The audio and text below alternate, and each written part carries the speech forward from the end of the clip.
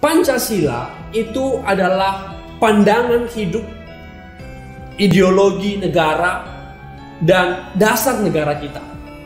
Maka sebagai warga negara yang baik, sebagai generasi penerus bangsa, kita harus mewujud nyatakannya dalam kehidupan kita sehari-hari.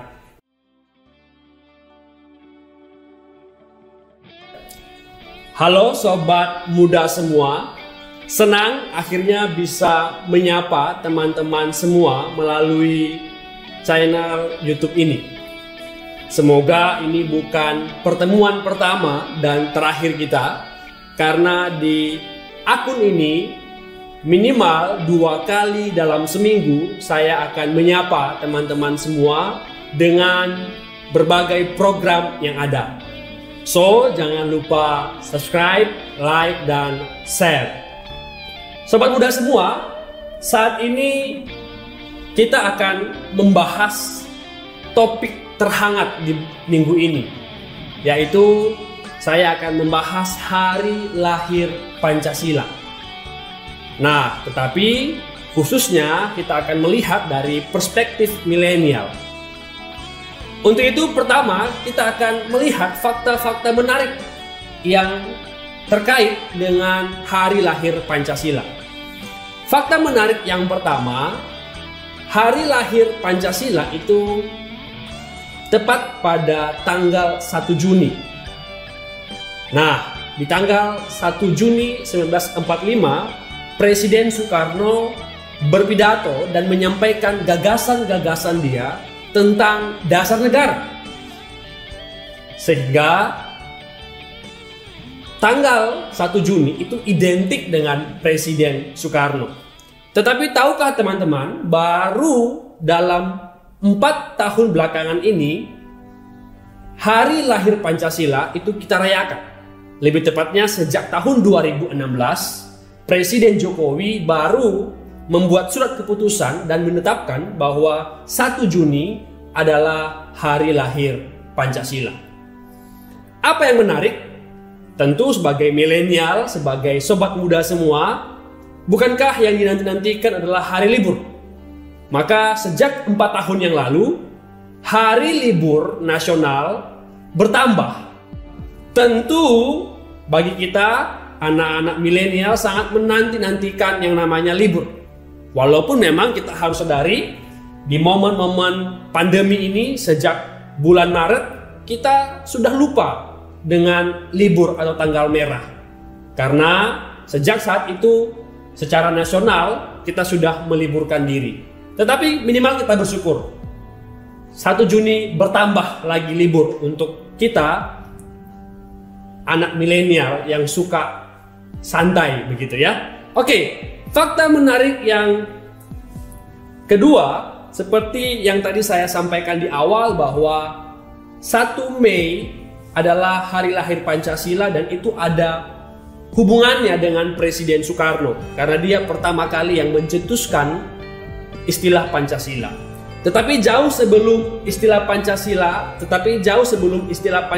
itu sendiri, sejak zaman Majapahit, mau gak mau saya harus lihat catatan teman-teman, yaitu di abad ke-14 dalam buku Negar Kertagama, ya, dalam buku Negar Kertagama atau Empu Prapanca, terdapat juga istilah Pancasila yang artinya bahwa raja harus menjalankan dan setia kepada 5 pantangan yang ada. Tentu kita nggak akan bahas.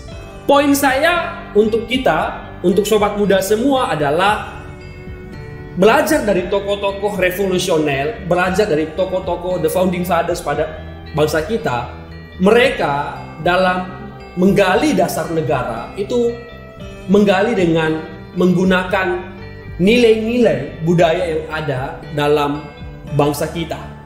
Maka sebagai penerus bangsa, sebagai generasi pemimpin bangsa ke depan, kita juga harus belajar untuk menggali nilai-nilai budaya yang ada dalam bangsa kita sendiri. Saya teringat dengan satu iklan yang mengatakan cintailah produk-produk Indonesia. Nah, mari kita menggali nilai-nilai yang ada di sekeliling kita. Itu fakta yang kedua. Fakta terakhir untuk kali ini dan fakta ketiga tentang Pancasila. Teman-teman, sobat muda semua, kita harus mengingat bahwa Pancasila itu adalah pandangan hidup, ideologi negara, dan dasar negara kita.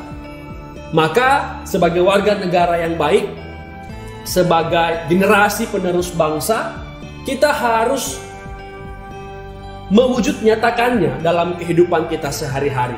Baik dalam kehidupan ekonomi, kehidupan sosial, kehidupan politik, maupun dalam kehidupan pertahanan, ideologi Pancasila, dasar negara kita itu harus kita amalkan. Misalnya dalam hal mewujud nyatakan sila pertama, yaitu ketuhanan yang Maha Esa. Maka sobat muda semua, kita sebagai generasi milenial, kita harus menjamin bahwa setiap warga negara harus bebas melakukan pengamalan keimanan dan ketakwaan kepada Tuhan yang Maha Esa sesuai agama dan kepercayaan masing-masing, sesuai prinsip kemanusiaan yang adil dan beradab. Dan juga kita harus memastikan bahwa adanya kebebasan untuk menjalankan ibadah dan kepercayaan masing-masing, dan menjamin bahwa setiap warga negara berhak mengekspresikan nilai-nilai yang ada dalam kepercayaannya. Dan tentu juga kita harus menjamin bahwa tidak ada pemaksaan agama atau pemaksaan kepada orang lain terhadap satu kepercayaan tertentu.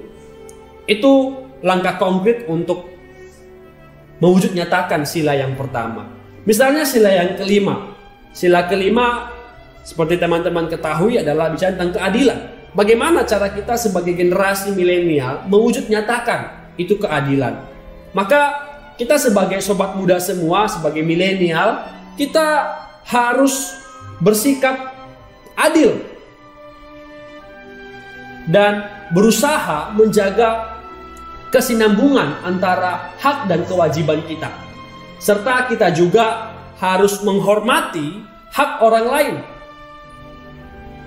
dan menjauhi tindakan pemerasan misalnya kepada orang lain.